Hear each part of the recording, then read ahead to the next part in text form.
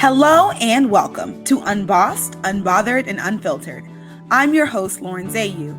Join me as we navigate the political communications ups and downs and ins and outs of our day.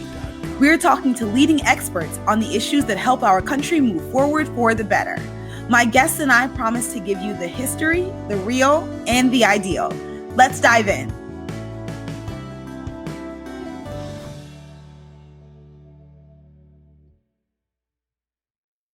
Hello and welcome to Unbossed, Unbothered, and Unfiltered. I'm your host, Lauren Zayu.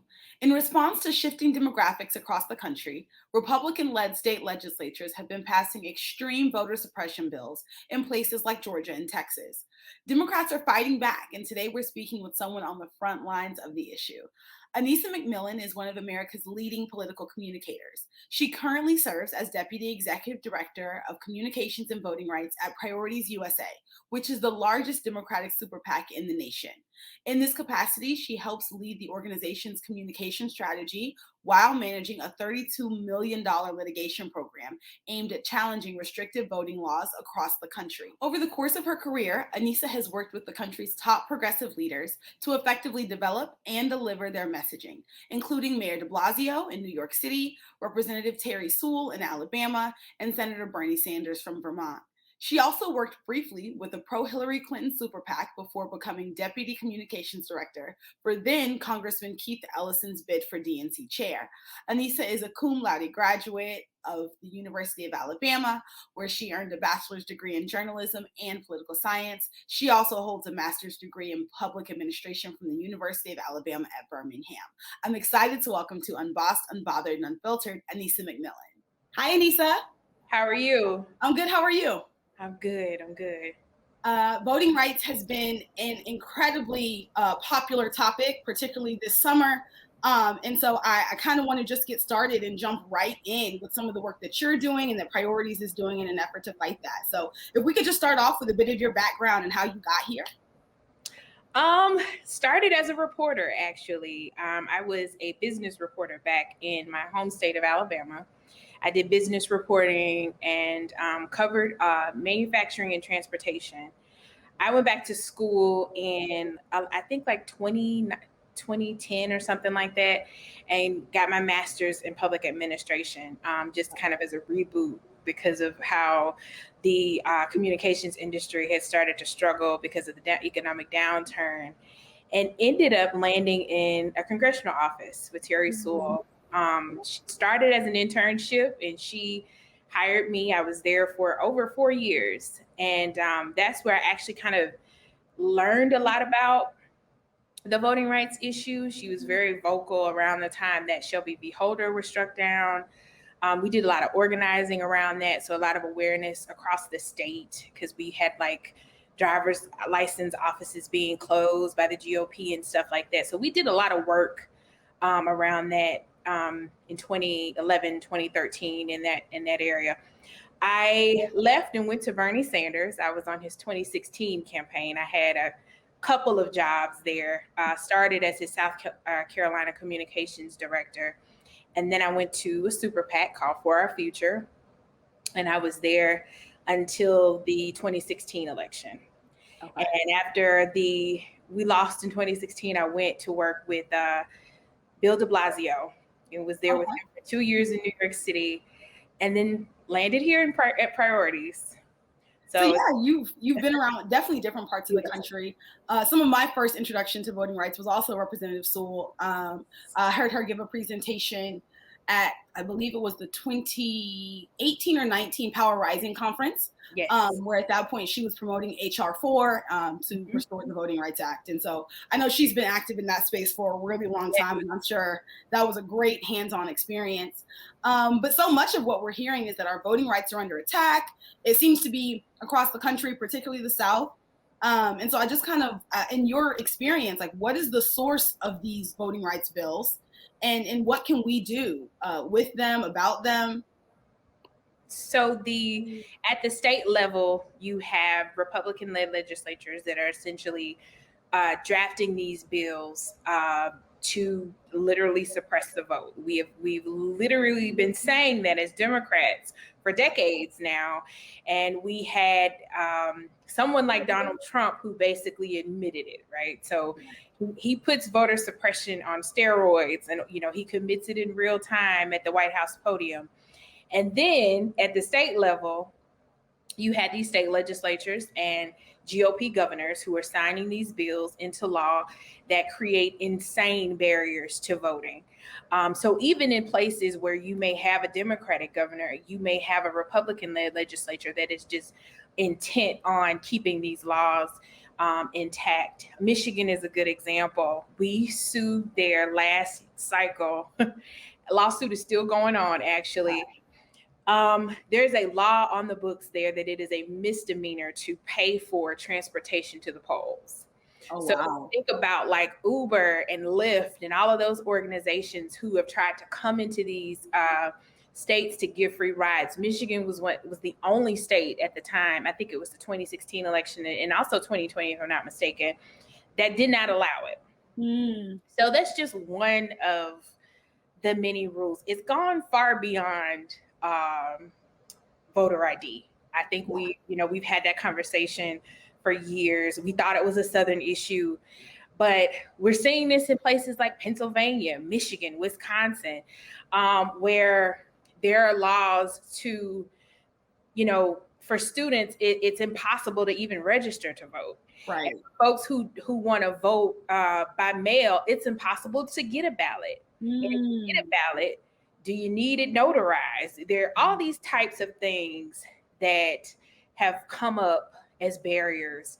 And so what we've done as an organization is we focused in, we knew, and the crazy part about all of this is that we had been challenging vote by mail laws before COVID. Okay. They impacted people of color, Black and brown folks, obviously, but disabled voters who often get left out of the conversation, students, folks who depend on absentee voting to, if they don't have that, they aren't allowed to vote. They can't vote at all. Yeah. We've been, so the pivot was, I hate to say easy, but it was a little bit more. We were more prepared than I think most folks, because we had been in that space years before COVID, years before the tension. We knew that folks were going to turn to vote by mail because this was still a devastating time for the pandemic. Absolutely. Yeah, absolutely. And it's so interesting because even in my life, right? So I went to college. I'm from Texas, went to college in Georgia. Mm-hmm. And so the first, I want to say 2 times I voted, being 2010 and 2012, was by mail. Mm-hmm. And so, I actually really enjoyed it because I could get my ballot. I'm researching the candidates as I'm voting. It was very easy and convenient. Put it back in the ballot. Put it back in the mailbox, no problem. Switched that to 2014 when I moved to the DC area, still voting in Texas. And my, but at that point, Shelby v. Holder had happened, right? So there was the gutting of the Voting Rights Act.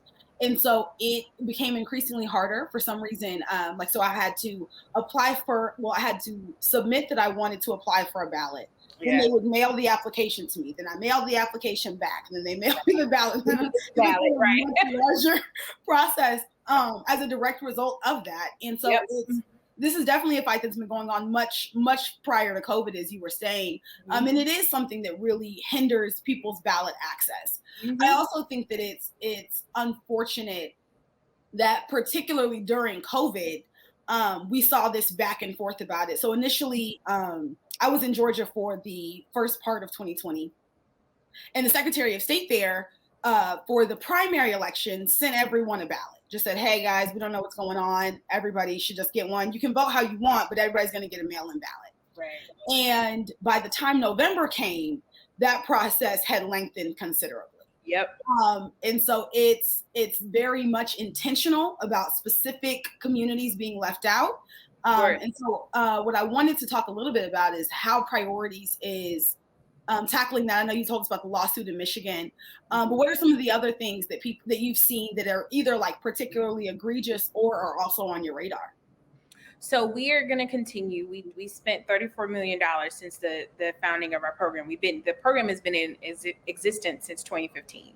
And we've tackled everything from voter ID to, like I said, vote by mail. So that's going to continue. We're going to continue to watch and monitor and make sure that we try to clear the way for to get relief for voters, frankly.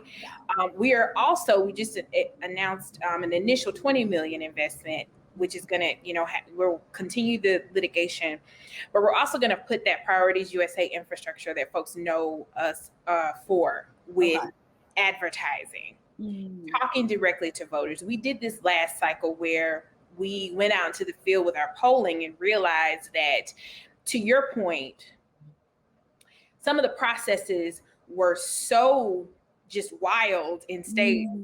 We found that a lot of folks in different states didn't know where to start the vote by mail process. Yeah. So it was as simple as, we did these cute little ads. It was like, hey, do you know you have to request a ballot? Do you know you have to fill out certain paperwork? And to make that so much more confusing, every state has different rules. Of course, yeah. So we couldn't just, it's not a one size fits all situation. And so we're going to continue, of course, our litigation. We know that, and with the recent Supreme Court decision, we're rethinking that our program as far as like how that impacts what we do. But we're definitely going to continue that, and then also continue with the ads and talking directly to voters. I think we were so extremely successful last cycle because we centered the folks that we were talking to. Yeah. And we didn't I'm grateful to work for an organization also that understood as well that we had to say things that matter to voters, that weren't just talking about criminal justice when you talk to Black voters, or just talking about immigration when you talk to Latino voters. We were in a moment where the entire country was in crisis right before the 2020 election, and it meant that we had to go out there and talk to people directly where they were. We have a strong digital program that we're going to continue to grow about all of this stuff. If you think about even in your personal life, right? Like you're just this news week that we've had, we are informed, right? Like, we've done this work. We know we've done work in these circles. We understand how that works. But if you could just think about the voter who is trying to get back to some kind of norm after the last year and a half we've had, the process can seem daunting. And the keystone of voter suppression is to just get people to stay at home. And that's another thing, is that we don't want a system where Black and brown folks look at it and say, you know what, this is too much. Or like a frontline worker. I gave this example last cycle. Folks were like, well, why are you suing about vote by mail? If you're a frontline worker, let's say you're a nurse or a doctor, you want to vote, but COVID is just defining what you do every day. You need options. You need access to be able to do it. It's not as simple. It's never been as simple as just showing up to the polls. Right. And we have to start speaking directly to that. And so we're gonna have those conversations with voters where they are. And we're going to make sure that we continue to get some relief and help voters to overcome this. We've had to fight lawsuits. Last cycle, we had to fight the GOP to allow drop boxes. Yeah. And the context of that is wild. Where I live in DC, my drop box was across the street from my apartment building. And I literally just walked my ballot over and voted. And I think part of the voter suppression kind of recipe is to get you to look at that system and say, no, I can't navigate this, or I don't have the tools necessary, whether it be a poll tax where you got to pay postage on stuff, or pay for this kind of ID when you should be able to use your your issued ID. There's so many things that are out there. And so we just want to make sure that we tell voters how that impacts them. I completely and totally see what you're saying. And actually, as we transition into Hold Up, something I've been thinking about a lot is how often these problems work together. So was it last week or 2 weeks ago? But the infrastructure week, the infamous infrastructure week finally arrived, right? Yeah. And while there's a lot of conversation around what infrastructure means, it for a lot of people traditionally means like roads, bridges, access, transportation, things like that. And so something I thought was really interesting was voter rights in tandem with public transit. Yes. And how, like, if you're down south, a lot of places don't have great public transportation for whatever reason. And so if it's a situation where I arrive to my polling place and you tell me that I'm actually supposed to be across town and wherever that is, that's an infrastructure and voter rights access issue. How do I get there? Yeah, how do I get there? What does it mean? If it's a situation where I'm on my lunch break, do I have time to get there and get back to work? Like, all of those are things that work together, where I was like, ironically, and even focusing on our infrastructure, that ends up intersecting with voter rights, because like people need to be able to get to the polls in the event that that's the way that they need to vote. Sure. And excellent point. Let's say you have someone take you down there, or if you're an elderly voter, elderly voters get caught within this. They've always had, I have felt like, and we've tried to center them in our work too, where older voters have got caught in all of this craziness because say you plan or have someone bring you down to vote, like, or in your driver's license or whatever form of ID is not acceptable. Those are things that it's another illustration too. I told a reporter this, and there was a full article. That was an excellent point that you brought up. I got interviewed for about transportation being a barrier. Yeah. People are just starting to think, we've been saying this for a while. Those of us that grew up in rural America, we've known, like how that impacts folks. But I think this is another part of American society where marginalized people have had to navigate incredible barriers, and no one's paid attention. Like every inequity in American life, things, we all as a society have things, particularly when it comes to race, that we don't want to discuss. And so now we're here, and COVID became that thing that was like, hey, here are all the weaknesses in your voting system. Here are all those things that you put off, all those investments that you didn't make and you probably should have. Here's this thing that comes. And you remember, as we're working on our programming, we didn't know what fall was going to look like. People were telling us that, and it turned out to be horrible. My mother got COVID like right before the election. And so as we're working, there's also that uncertainty. Here's this airborne illness. We don't know, how that's going to work. But to your point, we're starting to look at things because we've ignored them for so long that now we're kind of digging our way back to some kind of normalcy. Yeah. I also remembered in Texas, I believe it was Harris County. So I had the Harris County clerk on when that was happening, but so much of, like, I think he implemented drive-through voting. Yes. And the outrage that people were upset with, the fact that you can sit in your car and vote, is it's a little disheartening, if I'm honest, just because, one, the motivation behind it is what it is. They only want particular portions of the population to be able to vote. And that deliberate. You said what? It's deliberate. Sorry. Absolutely. Absolutely. And so it's something that I, as someone, of course, invested in how Black and brown people access our democracy, like, are there any ways that you think we can protect ourselves from these laws? So we did, at every conference I spoke at last cycle, I would tell people, I was like, whenever you leave this conference, it was all virtual, of course. go and Google and find out what the rules are in your state. Why this is such a challenge for organizations is because every single state is different. Yeah.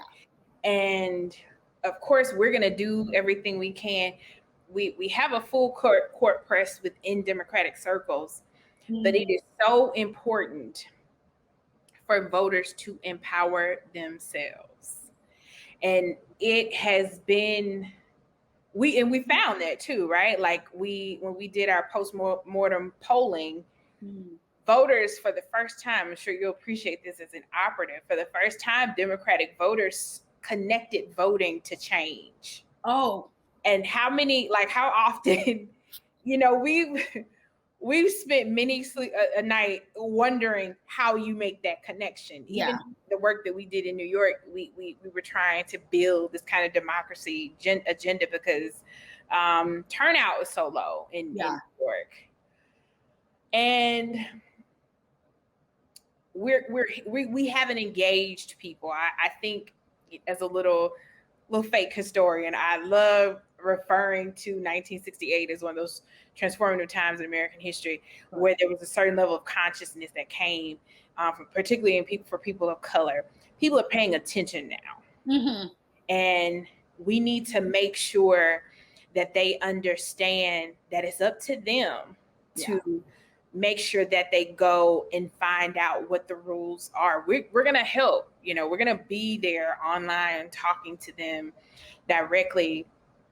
But if you see this podcast and you have not found out how the rules may be changing in your state, if you hear that the rules are changing, this is the time to Google and find out what are the rules in your state. Even something as simple as just making sure that your registration is up to date. Make sure that your IDs are up to date. Make sure that you know what is a valid form of ID. We sued Michigan again over that because of the restrictions.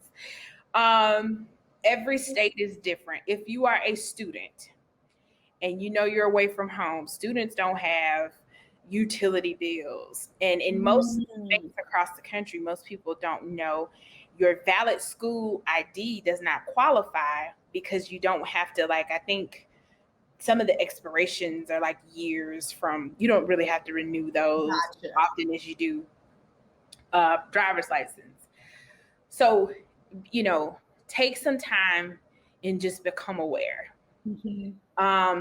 And when you know that an election is coming, I'd say 3-6 months prior to, you need to check in again. Because the folks who are on the other side are relentless. To your earlier point too, I don't know if this was a discussion we were having before or after we started, but learn what is considered a valid place to get this information. I will say your Secretary of State office or your Attorney General will likely be good places to start in your state. And I say that I have a 15-year-old. She's my little sister, and I watch how she's bombarded with information. It's different, I'm only 36, but we could clearly delineate, and we weren't quite the cell phone. We didn't have smartphones. And every so often she'll send me an article and she'll say, well, is this, real?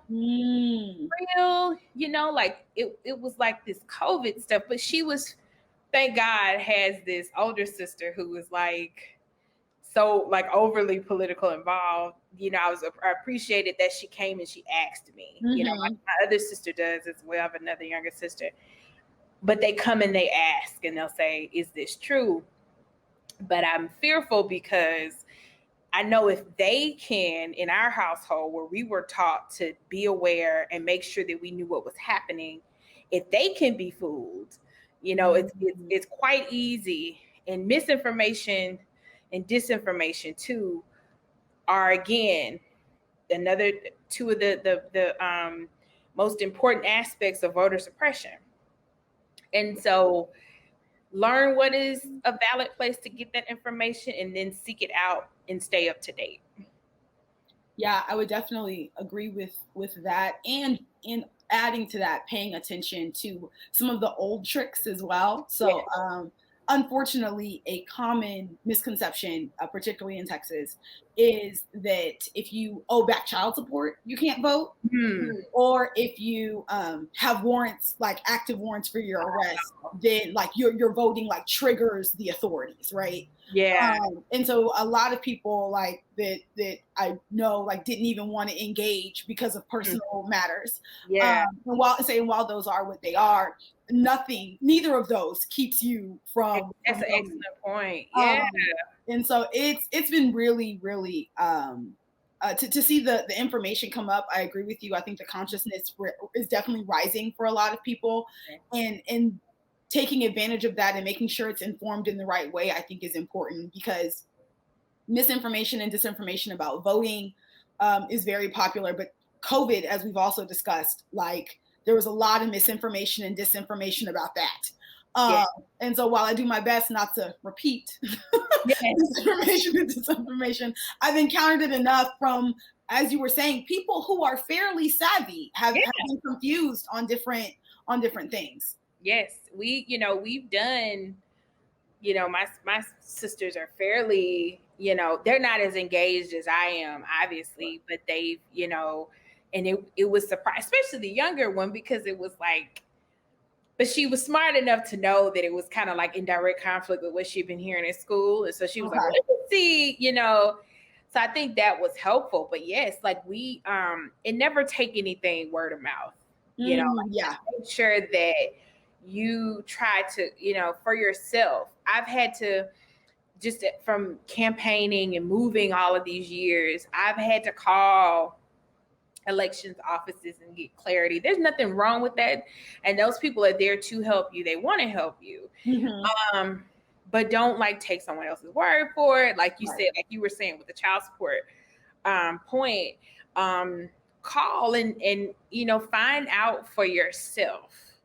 And we used to always say in our focus groups that those young folks who kind of have those challenges, or who may be afraid to show up and vote, they don't know how powerful their vote is. Like showing up literally determines the trajectory of this nation. So don't ever just like will it to the universe and be like, oh, well, I heard this. No, make sure you check and figure it out for yourself. Completely agree. As we transition into I Ain't Sorry, I am curious about something that you've noticed in your work, professionally or personally, that you are unapologetic about. In the work, I am unapologetic about talking about the racial dynamics. I'm from Alabama. And I know you and I can sit here and talk about Texas all day. Like being a Black woman and being produced from the South is like that trajectory. I went to predominantly white college. I had white peers when I was in journalism school. And so having that unique, I minored in political science and in a bit of history. And so navigating all of that while doing this work, I am blown away by how history is repeating itself. It like knocks me off my feet from time to time. It's overwhelming and it's hard. And like I said, I grew up in Selma, Edmund Pettus Bridge. Every year, we commemorated this stuff and had the blessing to spend time with and work with John Lewis before he passed away many years ago. And what he talks about now is just in a different form. Fair Fight has just, I love them. Team Fair Fight, love them. But the Jim Crow 2.0 is like, it's here. And I think that, grateful to priorities as well, to have had a chairman who would call out the racial aspects of it, to have an organization that supported me talking about it. That was off-putting for a lot of people to, when I would say certain things prior to, I think, this moment that we're in now. And I've tried to do the work and be as direct as I can, whether that be with reporters, organizations, whomever I talk to. Mm-hmm. And I've not apologized for it. I don't think I would have been a good comms person if I hadn't been aware of those issues. I don't think that I would have been a good operative if I wasn't vocal. And we have to, I think Black women in particular, we have to start not only sharing those experiences, but being honest about them, even when we don't, even when it's not comfortable. I've had some jobs where you'd be shocked where I pissed a few people off for, saying certain things, but I've been, extremely unapologetic about how race has impacted not just this issue, policy, equity. We saw it in the Black and brown community in New York City. The certain parts of New York City where you either can't get a cab or if the subway doesn't go, equity and access has kind of been like the major themes of my career. I think personally, I've tried to center the people that I work for. I say the people because when I started, I worked in my home district in Congress. I didn't do it to have a certain level of notoriety or to be known or, I always kept my motivations in check. Because I knew that if I didn't do that, I couldn't show up and center the work that I was doing. So I'm not necessarily somebody who, I'm almost shy to a fault. Some of I know my best friend would probably say, like, why are you, don't be so, hands off, but I try to be guided by the work. I think when I first started, a lot of folks said I wasn't, gonna last. I know early on, I was told that no one would ever let me be their spokesperson. I didn't look the part. You need to lose weight. You don't look like the person who would be the spokesperson for an organization. Like, I heard all of that. And the fact that I'm still around is satisfaction enough. Like, I don't, Come on now, the work speaks for itself. The resume speaks for itself. I'm with it.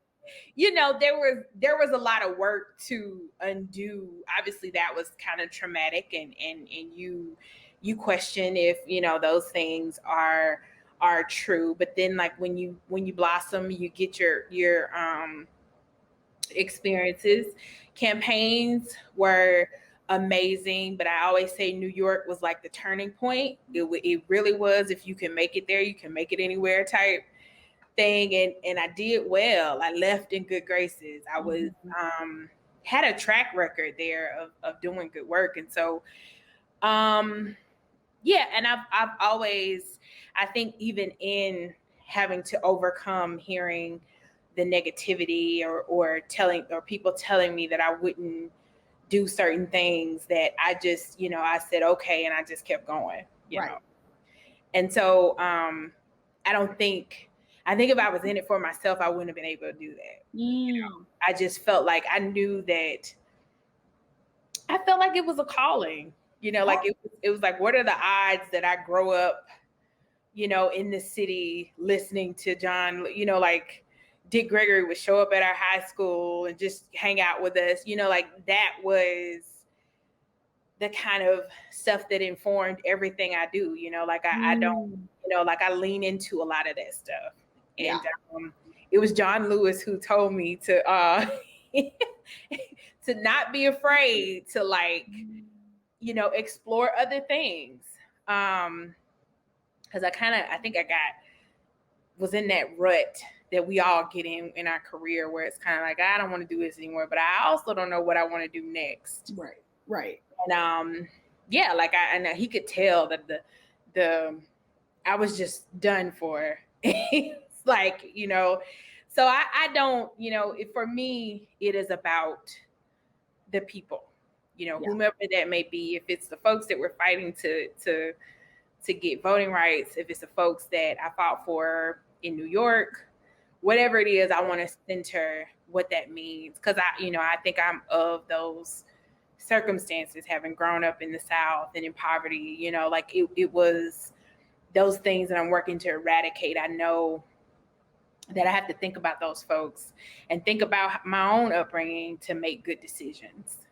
Yeah, that is absolutely beautiful. And I think, like, echoing a similar sentiment, something that I'm unapologetic about is hope and hoping for better. I think it can be so easy to be cynical. It can be so easy to feel like nothing will ever change.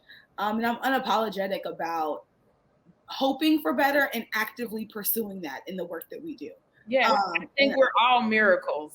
Absolutely. We're all miracles. I don't, I don't discount that at any point. Like, I know that I the road, everything, even while, people telling me I wasn't supposed to be here, it's a miracle, and I'm like, oh, well, let me thrive then. If I'm let me thrive. Yes. If I'm in this space, let me thrive. Absolutely. And kind of to round us out, is what, if anything, is giving you hope in voting rights right now? The people again. It's like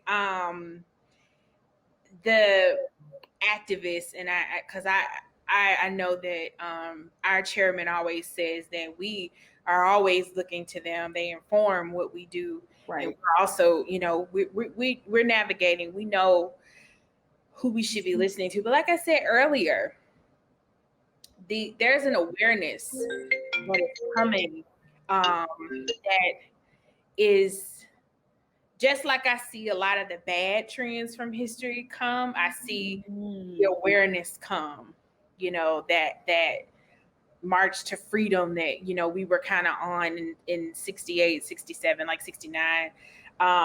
It's disheartening that we're back here. Right. Like, you can't ever discount that, because a lot of Black people are on the line. A lot of LGBTQ folks are putting their bodies on the line. We are still here as Black women fighting this cause, but that awareness gives me hope. That fact that people know and understand what is happening, they know it's not right, and they know that that it's deliberate. I think that's what we've been. If I had to say, like, one point that we were trying to get across to people in 2013, even when we lost Shelby v. Holder, was that this was always going to be a means for Republicans to win. Now the census has proved, that we are Blacker or we are browner as a country. Right. We are moving in another direction as a country. And so I am so proud of, or excited that, like, people that I know who weren't politically engaged or just thought I was a geek as a friend, like, they know what's happening now, and they are plugged in, and they care about what's happening around the country. I think that gives me hope. Yeah. That speaks for itself. I think that's what keeps us going. As we transition into our final segment, I want to give you a moment to wrap any closing thoughts, and also tell me, or tell viewers and listeners how they can keep up with you. I have random thoughts and musings on Twitter. I'm at Aneesa, Aneesa, with a capital A and a capital SM. I go from 90 Day Fiance to voting rights really quickly. But I am there. Stop by, say hello. I don't know that I think this is great. Congratulations to you. Oh, for for doing this. I don't think I would be afraid to do this. So congratulations on this. No, I don't have anything to say. They just thank you for the opportunity and for caring about the issue. I think it's so incredibly important that, you know, everybody, we have to use whatever platform we have to highlight this issue. I appreciate that. And thank you so much for your work with Priorities. I know you've been there a while now. I know that Priorities has been involved in so many important issues. And so I appreciate the work that you all do in ensuring that we, you know, try to make this country better. But keeping that in mind, I'm going to go ahead and wrap. You just finished this episode of Unbossed, Unbothered, and Unfiltered. If you're looking for me, you can find me at @LaurenZayu on Twitter and Instagram. And if you're looking for the show, you can find us at Unbossed, Unbothered, and Unfiltered on Facebook and Instagram as well. Thank you for joining us.